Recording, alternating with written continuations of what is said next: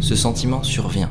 Vous avez désespérément besoin que les choses se réalisent. Tous les obstacles et toutes les personnes qui présentent ces obstacles deviennent des ennemis, et vous êtes touché lorsqu'ils se présentent.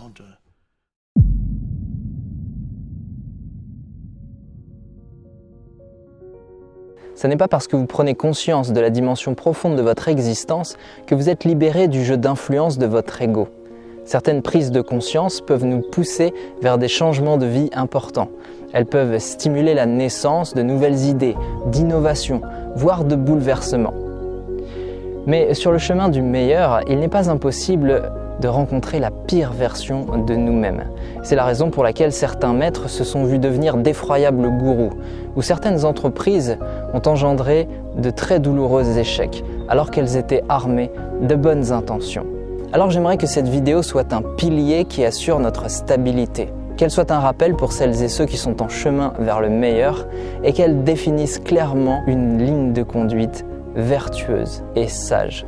Alors pour le faire en bonne et due forme, je vous propose une intervention d'Eckhart Tolle, un auteur et conférencier incontournable lorsqu'on parle du moment présent. Ensemble, nous allons tenter de vous rappeler, quoi qu'il arrive, de faire attention à votre ego.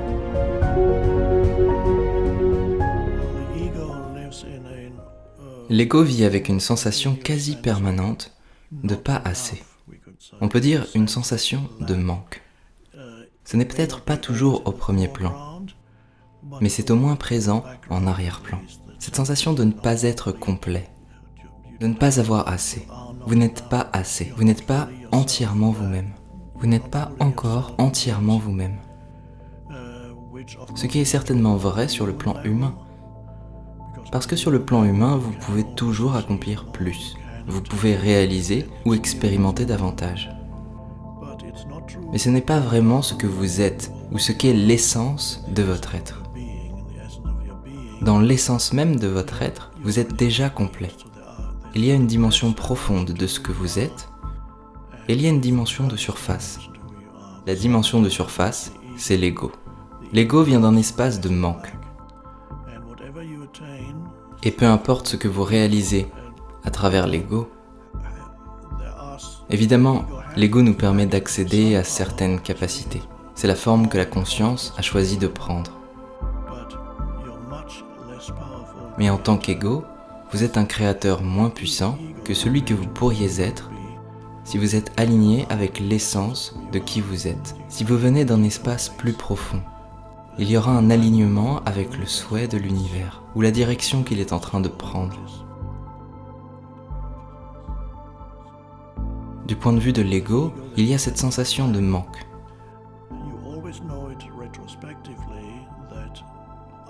Vous savez toujours, rétrospectivement, qu'après avoir atteint quelque chose, à travers l'effort de l'ego, si vous l'avez obtenu, tôt ou tard, et d'ordinaire ça se produit tôt, cela ne vous satisfera pas. Peu importe ce que vous atteignez, les moments de satisfaction sont relativement brefs. Et encore, vous retombez dans un nouvel état d'insatisfaction. Fondamentalement, il n'y a pas vraiment de problème à essayer de se débarrasser de l'ego, à essayer de le dresser ou à essayer de le faire rentrer dans une forme convenable, quelle qu'elle soit. Puisqu'en fait, l'ego n'a pas d'existence propre. Et ce propos peut peut-être paraître un petit peu choquant, peut-être que tu l'as déjà entendu. Ça reviendrait à dire « moi, je n'existe pas ». Et on a tous cette sensation vraiment physique d'exister, on a tous cette impression matérielle, très concrète, de vivre en tant qu'une identité. Mais ça n'est qu'une impression. En fait, il s'agit d'une conception mentale. Et ce que je te propose, c'est pas de développer un argumentaire comme tu l'as peut-être déjà entendu. Ce que je te propose, c'est de guider ta méditation pour t'accompagner à l'expérimenter par toi-même. Parce que je ne suis personne pour te prouver que toi, tu n'existes pas. Et d'ailleurs, je ne cherche pas non plus à le faire. Cherche ton ego. Essaie de voir où est-ce qu'il est, où est-ce qu'il se trouve. S'il existe réellement, il doit bien être quelque part. Essaie de te demander s'il est dans tes pensées. Est-ce que tu vois dans tes émotions quelque chose qui pourrait s'apparenter à être l'ego et qui pourrait avoir une emprise et définir définitivement qui tu es?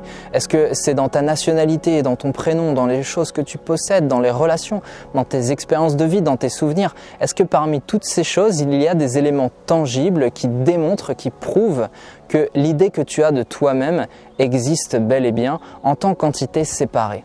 Parce que ce que je veux dire par là, c'est que si tu mènes cette investigation de manière objective, de manière claire, eh bien, il va y avoir un moment donné où tu vas te rendre compte que effectivement ton identité, ce que tu crois être toi, n'est fondamentalement attaché à rien. Si vraiment tu observes attentivement, tu vas en arriver à cette conclusion. Tu observes ton quotidien à travers le prisme de quelque chose qui n'a pas vraiment de valeur tangible, c'est-à-dire toi. Quoi que vous fassiez à partir de l'ego et à travers l'ego, cela ne vous satisfera pas. Vous le savez peut-être maintenant et êtes déjà engagé dans un processus. Mais rétrospectivement, vous en avez toujours conscience. Pendant que vous évoluez dans l'autre direction, certains signes continuent d'indiquer que l'ego prend le dessus. Même si vous avez commencé à sentir une manifestation venant d'un espace plus profond. Soudainement, quelque chose se produit en vous, mais c'est l'ego qui prend le relais. Toutes les personnes qui ont créé quelque chose de nouveau dans ce monde ont expérimenté que, oui, vous êtes assisté tant que vous êtes vivant par une partie plus profonde de vous-même, aussi bonne son aide soit-elle. Cependant, malgré cela, vous allez rencontrer des obstacles. Parce que il y a certaines structures dans le monde qui ne désirent pas changer. Elles sont contre le changement. Il y a une certaine inertie dans la structure de ces environnements. Si vous souhaitez y apporter quelque chose de nouveau, vous vous présentez contre. Et une partie de cette inertie se manifeste à travers des êtres humains.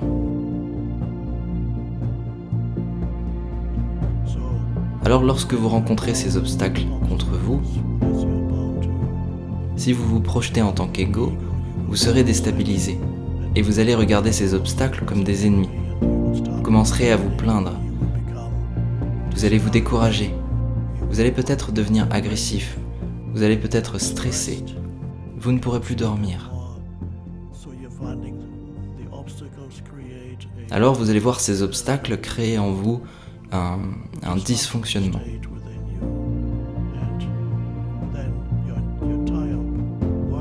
Et l'entièreté de votre travail peut devenir une source de stress. Et lorsque le stress se manifeste, cela signifie que l'ego est présent et qu'il interfère même si votre intention initiale était très bonne. Cela pourrait être, par exemple, je voudrais créer un superbe centre de méditation où les gens pourraient venir pour apprendre à développer leur conscience. Que pourrait-il y avoir de mieux intentionné que cela ? C'est très bien, l'intention est très bonne. Peut-être que l'intention initiale était absolument magnifique. Mais dès l'instant où vous commencez à travailler,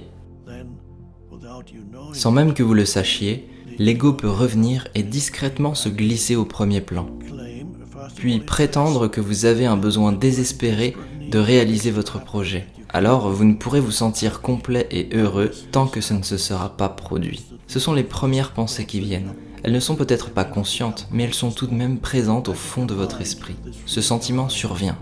Vous avez désespérément besoin que les choses se réalisent. Tous les obstacles et toutes les personnes qui présentent ces obstacles deviennent des ennemis, et vous êtes touché lorsqu'ils se présentent. Sans le savoir, vous tombez en arrière.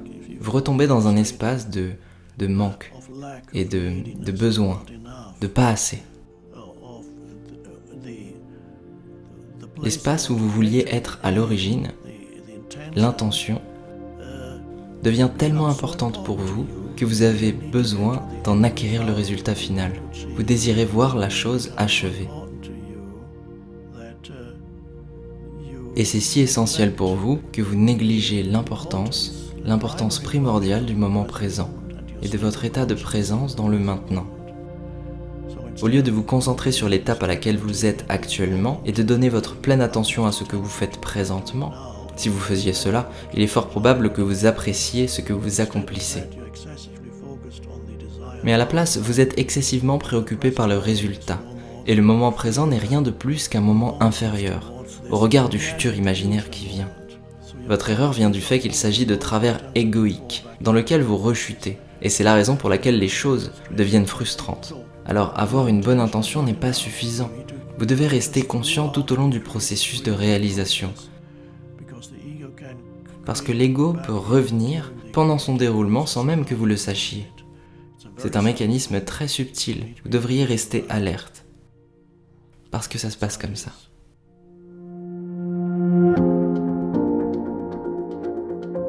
Notre ego est à l'origine de la création de la souffrance. J'aimerais partager avec toi un modèle de compréhension que je trouve vraiment pertinent et imprégné de bon sens, qui est un modèle issu du bouddhisme et qui décrit les 3 poisons de l'esprit. En fait, il y a 3 vices dans notre esprit qui sont à l'origine de tous les concepts mentaux et qui peuvent générer de la souffrance.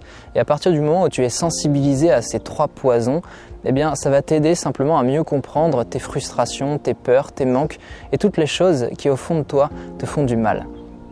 Le premier poison de l'esprit, c'est l'ignorance.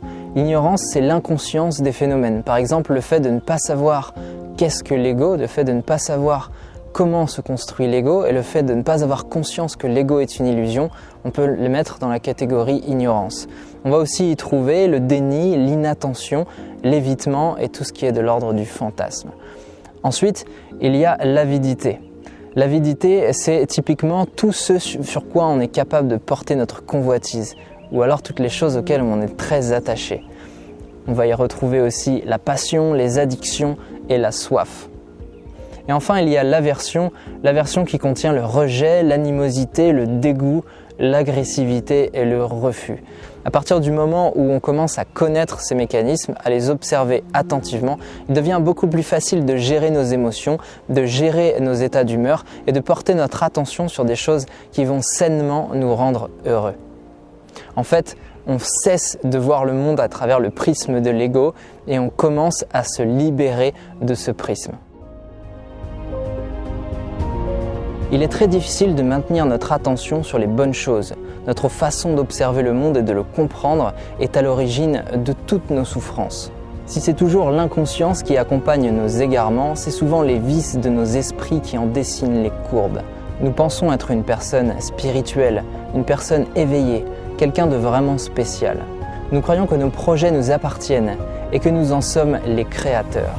Nous sommes convaincus d'avoir besoin de ce qui nous manque. Nous voulons saisir ou devenir.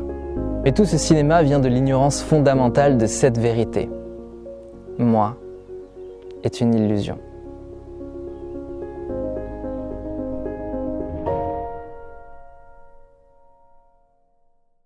Avant de te laisser avec une phrase importante de cette vidéo, j'aimerais te dire que si tu as envie d'approfondir ces questions, j'envoie 1 à 3 mails par semaine à une communauté de personnes qui, comme toi, se questionnent sur les mécanismes de l'esprit. Inscris-toi au mail, c'est le premier lien dans la description et en commentaire. On se retrouve très vite dans tes mails. 3, 2, 1. Are you ready, master? 3, 2, 1. It's gonna have a action. Action, yeah. You're gonna speak in the camera.